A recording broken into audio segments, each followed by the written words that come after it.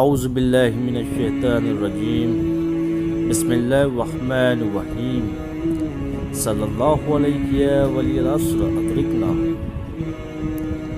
امام زمانہ علیہ السلام کی لمبی عمر قرآن کی نظر میں۔ جب بھی ہم امام حجت صاحب زمان کی بات کرتے ہیں تو کچھ لوگوں کے دلوں میں یہ سوال پیدا ہوتا ہے، کیا یہ ممکن ہے کہ کوئی انسان 1200 سال تک زندہ رہ سکے؟ اتنے سالوں تک کسی انسان کا زندہ رہنا ممکن ہے؟ ایسے لوگوں کی سوچ یہ ہوتی ہے کہ صرف وہی واقعات کے بارے میں بولنا چاہیے جو اب تک اس دنیا میں ہوتے آئے ہیں، اور جو واقعات ممکن نہیں ہے اور ابھی تک ہوئے نہیں ہیں اس کو قبول کر لینا ٹھیک نہیں ہے، اور تعصب کے بغیر حقیقت اور انصاف کی نظر سے دیکھا جائے تو ہر روز اس دنیا میں نئے نئے واقعات ہوتے رہتے ہیں جو ابھی تک اس دنیا میں پیش نظر نہیں ہوئے ہیں۔ سائنس کا زمانہ ہے تو ہر روز نیا نیا ایجاد ہوتا رہتا ہے جو پہلے کے زمانے میں موجود نہیں تھا، اور پہلے کے زمانے کے لوگ اسے یقین بھی نہیں ہوتا تھا، جیسے کہ انسان کا چندر پہ جانا، فضا میں اسٹیشن بنانا۔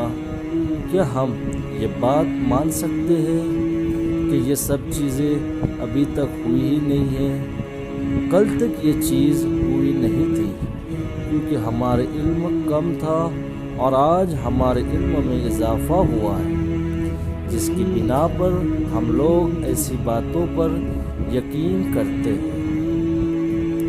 امام حجت کی لمبی عمر پر شک کرنا کم ذہنی اور کم علمی کی نشانی ہے۔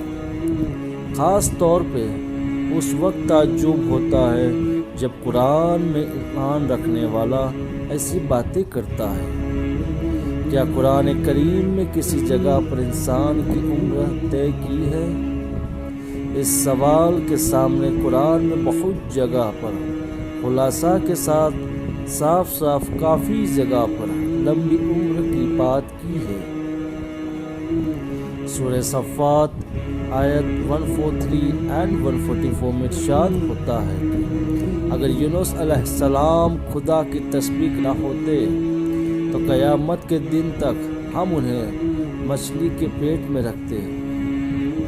تفسیر کشاف جلد 4 پیج 62 پر لکھا ہے، قیامت کے دن تک مچھلی کے پیٹ میں زندہ رہتے۔ یہ بات سے ثابت ہوتا ہے کہ لمبی وقت تک زندہ رہنا ممکن ہے، ناممکن نہیں ہے، حقیقت ہے۔ لمبی زندگی اور عمر کے بارے میں صرف امکان تک بات نہیں رہتی، بلکہ قرآن میں ایسے لوگوں کے قصے بھی موجود ہیں جن کی عمر عام لوگوں کی عمر سے بہت لمبی عمر تھی، اور کچھ تو ابھی تک حیات ہے۔ جناب نوح علیہ السلام کے بارے میں قرآن کہتا ہے، بے شک ہم نے نوح علیہ السلام کو ان کی قوم کی طرف بھیجا ہے، اور انہوں نے 950 سال اپنی قوم کو ہدایت دی ہے۔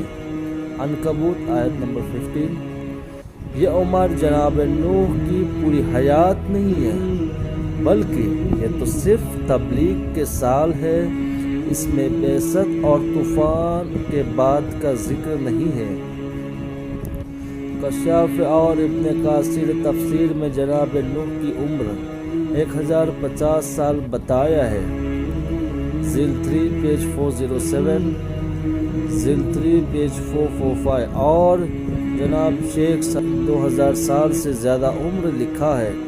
روایت میں لکھا ہے کہ امام حجت اور جناب نوح میں ایک جیسا ملتا ہے، اور وہ دونوں کی لمبی